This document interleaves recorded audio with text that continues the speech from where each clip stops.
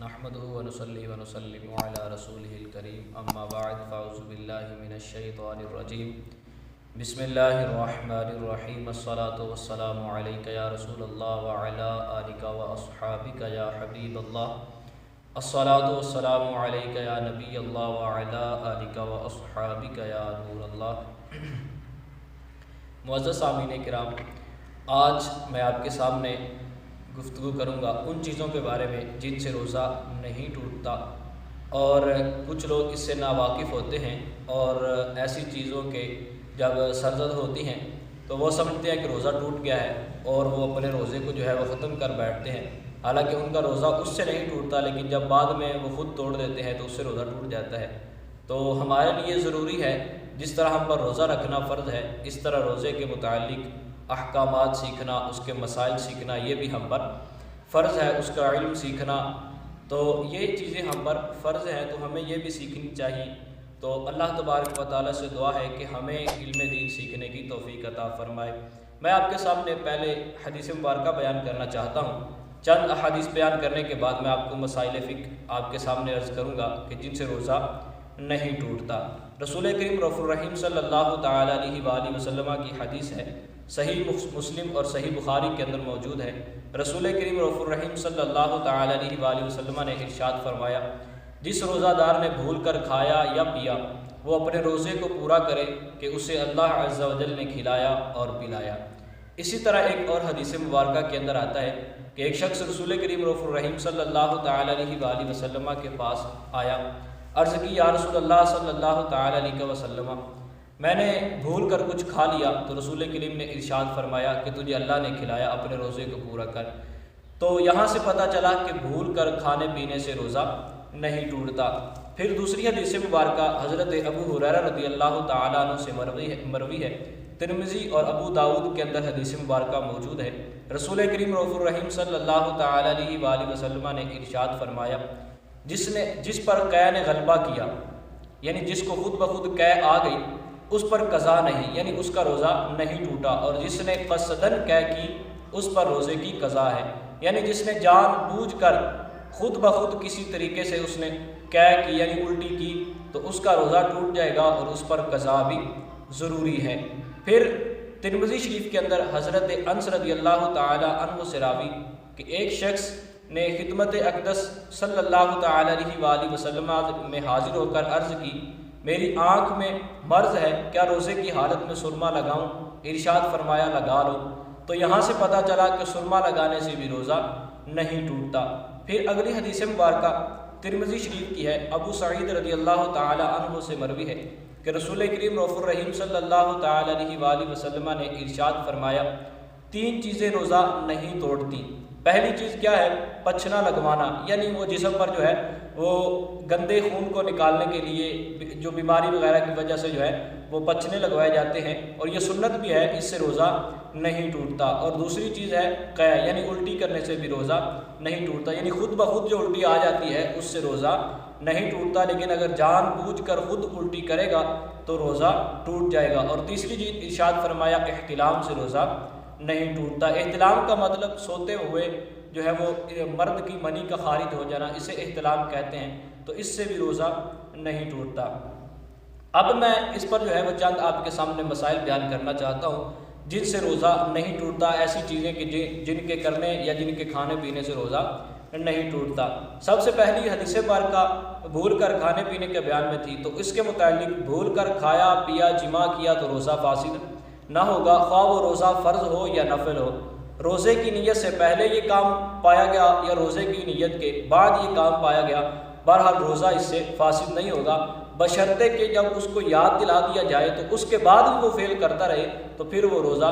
فاسد ہو جائے گا۔ لیکن اگر یاد دلانے سے پہلے اسے یاد بھی نہیں تھا اور اس نے کھایا پیا یا جمع کیا تو روزہ فاسد نہیں ہوگا۔ اور پھر دوسری چیز، کسی روزہ دار کو ان افعال میں، یعنی اب آپ اس چیز پہ غور کریں کہ یاد دلانا کس کو واجب ہے کس کو واجب نہیں ہے۔ تو اس کے اندر فقہاء کرام نے لکھا ہے کہ جب کوئی کھا پی رہا ہو تو دیکھا جائے، پہلی بات تو یہ کہ اس کو یاد دلانا واجب ہے، لیکن دوسری بات فقہاء کرام ارشاد فرماتے ہیں کہ اگر وہ شخص کمزور ہے کہ اگر وہ کھا پی لے گا تو روزہ اچھی طرح سے نبھا لے گا، اور جو ہے وہ دیگر عبادات بھی اچھی طرح سے کر لے گا تو پھر تو اسے یاد نہ دلایا جائے۔ لیکن اگر وہ صحت مند ہے، نوجوان ہے، اچھا خاصی اس کی صحت ہے کہ اگر نہ بھی کھائے پیے گا تو روزہ نبھا سکتا ہے اور عبادات بھی کر سکتا ہے، تو پھر اس کو یاد دلانا واجب ہے، ورنہ اس کو یاد نہ دلایا جائے۔ اگر وہ کمزور ہو تو اس کو یاد نہ دلانا یہ بہتر ہے۔ اور پھر مکھی یا دھواں یا غبار حلق میں چلا جائے تو اس سے بھی روزہ نہیں ٹوٹتا، یعنی مکھی چلی جائے، دھواں چلا جائے، غبار حلق میں چلا جائے، چاہے وہ جتنا مرضی ہو، اس سے روزہ نہیں ٹوٹتا، خواہ وہ غبار آٹے کا ہو، یعنی چکی وغیرہ پہ جب آٹا وغیرہ جو ہے وہ بناتے ہیں تو وہ غبار اڑتا ہے، تو وہ غبار اگر ان کے اندر چلا جائے تو اس سے روزہ جو ہے وہ فاسد نہیں ہوگا۔ اسی طرح عورتیں آٹا جب چھانتی ہیں تو اس سے بھی جو ہے وہ غبار اڑتی ہے آٹے کی، تو اس سے بھی روزہ جو ہے وہ نہیں ٹوٹتا۔ اور جو کام وغیرہ کرتے ہیں اور غلہ وغیرہ کا کام کرتے ہیں تو اس غلے وغیرہ سے بھی جو ہے وہ غبار اڑتی ہے، تو اس سے بھی روزہ نہیں ٹوٹتا۔ یہ اس وقت ہے کہ جب وہ غبار وغیرہ جو ہے وہ خود بخود اندر جاتی ہو، لیکن اگر کوئی خود ایسا کام کرتا ہے، یعنی آٹا جو ہے وہ اڑ رہا تھا اور وہ خود اس کو جو ہے وہ اپنی سانس کے ذریعے اندر کھینچ رہا ہے، تو اس سے روزہ فاسد ہو جائے گا۔ اسی طرح اگر خود کوئی جان بوجھ کر جو ہے وہ اپنے اندر دھواں ڈالتا ہے، یعنی ناک کے ذریعے، جیسے اگر بتی وغیرہ جل رہی ہو یا سگریٹ وغیرہ کا دھواں ہو یا حقے کا دھواں ہو یا آگ کا ہی دھواں ہو، تو اس کو اگر کوئی خود سانس کے ذریعے اندر کھینچے گا جان بوجھ کر تو اس کا روزہ فاسد ہو جائے گا، اور حقہ پینے والے کا بھی روزہ فاسد ہوگا اور اس پر کفارہ بھی لازم ہوگا۔ یعنی اگر کسی نے حقہ پیا روزے کی حالت میں تو اس پر کفارہ بھی لازم ہوگا۔ اور اسی طرح جو ہے وہ سرما لگانا، تیل لگانا، اور جو ہے وہ اسی طرح جو اگر چاہے اس تیل کا جو ہے وہ مزہ حلق کے اندر محسوس بھی ہو، سرمے کا جو ہے وہ مزہ حلق کے اندر محسوس بھی ہو، یہاں تک کہ فقہاء کرام نے فرمایا کہ اگر سرمے کا رنگ جو ہے وہ تھوک کے اندر ظاہر ہو جائے پھر بھی روزہ نہیں ٹوٹتا، کیونکہ رسول کریم نے ارشاد فرمایا تھا کہ سرمے سے روزہ نہیں ٹوٹتا۔ تو اس سے پتہ چلا کہ روزہ سرمے سے نہیں ٹوٹے گا، چاہے سرما منہ کے ذریعے جو ہے وہ تھوک پر بھی غالب آ جائے آنکھوں میں لگانے سے، یا تیل لگانے سے بھی جو ہے وہ روزہ نہیں ٹوٹے گا۔ اسی طرح بوسہ لیا مگر انزال نہ ہوا، یعنی عورت کا جو ہے بوسہ لیا تو اس سے بھی روزہ نہیں ٹوٹتا اگر انزال نہ ہوا ہو، اور اگر انزال ہو گیا تو پھر روزہ ٹوٹ جائے گا۔ یوں ہی عورت کی طرف بلکہ اس کی شرمگاہ کی طرف جو ہے وہ نظر کی، اگر تو اپنی بیوی ہے تو اس کی طرف تو جائز ہے، لیکن اگر کسی اور عورت کی طرف کیا تو وہ تو گناہ کا کام ہے۔ یہاں لیکن میرا مقصد صرف گناہ کے کاموں کو بتانا یا وہ چیزیں بتانا کہ جن سے روزہ مکروہ ہو جاتا ہے وہ بیان کرنا میرا مقصد نہیں ہے۔ میرا مقصد صرف اور صرف ان چیزوں کو بیان کرنا ہے جن سے روزہ نہیں ٹوٹتا۔ تو عورت کا بوسہ لینے سے روزہ نہیں ٹوٹتا بشرطے کہ انزال نہ ہو، اور اگر انزال ہو گیا یعنی منی خارج ہو گئی، پانی نکل گیا تو پھر روزہ ٹوٹ جائے گا۔ اور یوں ہی عورت کی شرمگاہ کی طرف نظر کی مگر ہاتھ نہ لگایا، پھر اگر پانی نکل آیا انزال ہو گیا تو اس سے روزہ نہیں ٹوٹے گا، اور اگر چھوا ہاتھ لگایا پھر انزال ہوا تو پھر روزہ ٹوٹ جائے گا۔ اسی طرح غسل کیا اور پانی کی خنکی، یعنی پانی کی جو ٹھنڈک ہوتی ہے یہ اگر اندر محسوس ہوئی، یعنی اگر غسل کرتے وقت جسم کے اندر پانی کی ٹھنڈک سی محسوس ہوتی ہے تو اس سے روزہ نہیں ٹوٹتا۔ اسی طرح کلی کی اور پانی جو ہے وہ بالکل پھینک دیا تھا، لیکن اس کے بعد پانی جو ہے وہ منہ کے اندر جو تھوڑی تھوڑی تری سی رہ جاتی ہے، اگر وہ تھوک کے ذریعے اندر چلی گئی تو اس سے بھی روزہ نہیں ٹوٹے گا۔ اور اگر جان بوجھ کر ایسا کیا، یعنی پانی تھوڑا سا منہ کے اندر روک لیا اور بعد میں تھوک کے ساتھ ملا کر اس کو پی گیا، تو یہ اس کا پانی روکنا تھا، بالکل پھینکنا نہیں تھا، تو اس سے روزہ جو ہے وہ ٹوٹ جائے گا۔ اسی طرح دانت یا منہ کے کسی کونے سے خون نکلا اور اتنا خفیف تھا کہ حلق تک پہنچا لیکن حلق سے نیچے نہیں اترا تو پھر روزہ نہیں ٹوٹے گا، اور اگر حلق سے نیچے اتر گیا تو پھر روزہ جو ہے وہ ٹوٹ جائے گا۔ اور دوسری چیز، منہ کے اندر کوئی تنکا وغیرہ تھا اور وہ تل کے برابر تھا، یعنی چھوٹا سا جو تل ہوتا ہے اس کے برابر تھا، تو اگر وہ تھوک کے ساتھ اس کو نگل گیا تو روزہ نہیں ٹوٹے گا۔ اور بعض فقہاء کرام نے لکھا ہے، انہوں نے تل کا معنی نہیں لیا بلکہ انہوں نے یہ لکھا کہ اتنی خفیف چیز ہو کہ وہ خود بخود اندر نہ جا سکتی ہو بلکہ تھوک کے ساتھ اس کو جو ہے وہ اندر لے جایا جائے، تو ایسی چیز سے روزہ نہیں ٹوٹتا۔ اور اگر کوئی ایسی چیز ہو جو خود بخود اندر جا سکتی ہو بغیر تھوک کا سہارا لیے تو اس سے روزہ جو ہے وہ ٹوٹ جائے گا۔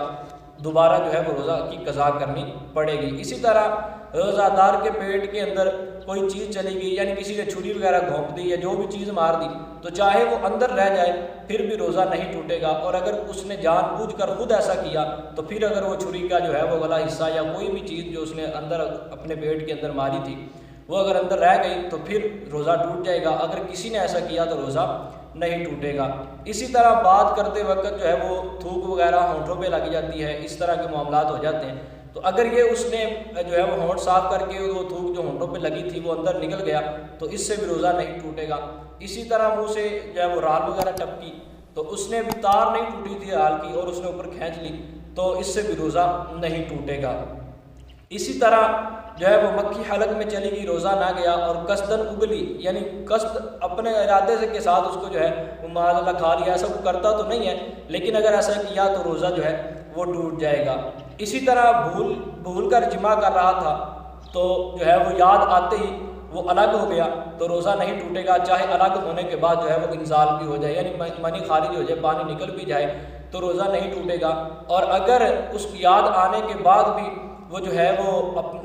وہ لگا رہا جمع کرنے کی طرف تو پھر روزہ جو ہے وہ ٹوٹ جائے گا، لیکن اگر فوراً الگ ہو گیا، الگ ہونے کے بعد چاہے انزال ہو یا نہ ہو روزہ نہیں ٹوٹے گا، لیکن اگر الگ ہونے سے پہلے اس کو یاد آ گیا تھا اور انزال جب یاد آیا تو یاد آتے ہی اس کو انزال بھی ہو گیا اور ابھی وہ الگ نہیں ہوا تھا تو روزہ ٹوٹ جائے گا۔ اور اسی طرح غیر سبیلین میں جمع کیا، یعنی دو جو راستے ہوتے ہیں، سبیلین یعنی شرمگاہ کے جو دو راستے ہوتے ہیں ان کے علاوہ کسی اور جگہ پر جمع کیا تو اس سے روزہ جو ہے وہ نہیں ٹوٹے گا جب تک انزال نہیں ہوگا۔ اور اسی طرح مشت زنی کرنے سے، یعنی معاذ اللہ جو اس طرح کی حرکتیں کرتے ہیں یہ بہت برا کام ہے، حدیث مبارکہ میں اس ایسے شخص کو ملعون یعنی لعنتی کہا گیا، لیکن ایسا کرنے والے کا روزہ نہیں ٹوٹے گا، لیکن ایسے شخص پر اللہ تبارک و تعالیٰ کے رسول صلی اللہ تعالیٰ علیہ وآلہ وسلم نے لعنت فرمائی ہے۔ اسی طرح احتلام اور غیبت کرنے سے بھی روزہ نہیں ٹوٹتا، لیکن غیبت ایک ایسا گناہ ہے کہ اللہ تبارک و تعالیٰ نے ارشاد فرمایا کہ غیبت کرنے والا ایسا ہے جیسے اس نے اپنے مردہ بھائی کا گوشت کھایا، اور رسول کریم نے ارشاد فرمایا کہ غیبت زنا سے بھی بدتر ہے، یعنی زنا سے بھی زیادہ جو ہے وہ برا کام ہے، تو اس لیے غیبت سے بچنا چاہیے، اس سے روزے کی نورانیت ختم ہو جاتی ہے لیکن روزہ نہیں ٹوٹتا۔ اسی طرح حالت جنابت کے اندر صبح کی، یعنی وہ صبح اٹھا تھا تو ناپاک تھا، حالت جنابت کے اندر تھا تو اس کا روزہ نہیں ٹوٹے گا، لیکن اگر ایسا کیا کہ ایک نماز کا وقت ہی جو ہے وہ جنابت کے اندر گزار دیا تو یہ حرام ہے، لیکن اس سے روزہ نہیں ٹوٹے گا چاہے وہ سارا دن ہی جنوب رہا ہو، لیکن یہ حرام ہے کہ ایک نماز کا جو ہے وہ وقت جنوب پر گزر جائے اور وہ نماز نہ پڑھے اور ناپاکی کی حالت میں رہے، تو ایک نماز نہ پڑھنے کا گناہ ہوگا، دوسرا ناپاک رہنے کا گناہ ہوگا۔ اسی طرح تل یا تل کے برابر کوئی چیز چبائی اور تھوک کے ساتھ حلق سے اتر گئی تو روزہ نہ گیا، مگر جب کہ اس کا مزہ حلق میں محسوس ہوتا ہو تو روزہ چلا جائے گا۔ یعنی تل اور تل کے برابر کوئی بھی چیز آپ نے تھوک کے ساتھ اس کو منہ کے اندر چباتے رہے اور تھوک کے ساتھ اس کو اندر نگل گئے، اگر تو اس کا مزہ ذرا بھی محسوس نہیں ہوا حلق کے اندر تو پھر جو ہے وہ آپ کا روزہ نہیں ٹوٹے گا، اور اگر اس کا جو ہے وہ مزہ حلق کے اندر محسوس ہوا تو اس کا روزہ جو ہے وہ ٹوٹ جائے گا۔ یہ چند چیزیں ایسی تھیں کہ جن سے روزہ نہیں ٹوٹتا، ان کے اندر بعض چیزیں بعض لوگ دھوکہ کھا جاتے ہیں کہ ان سے کچھ چیزیں ایسی ہوتی ہیں جیسے الٹی کرنا، تو اگر خود بخود الٹی آ بھی جائے تو لوگ کہتے ہیں جی روزہ ٹوٹ گیا، حالانکہ الٹی آنے سے خود بخود جو الٹی آتی ہے اس سے روزہ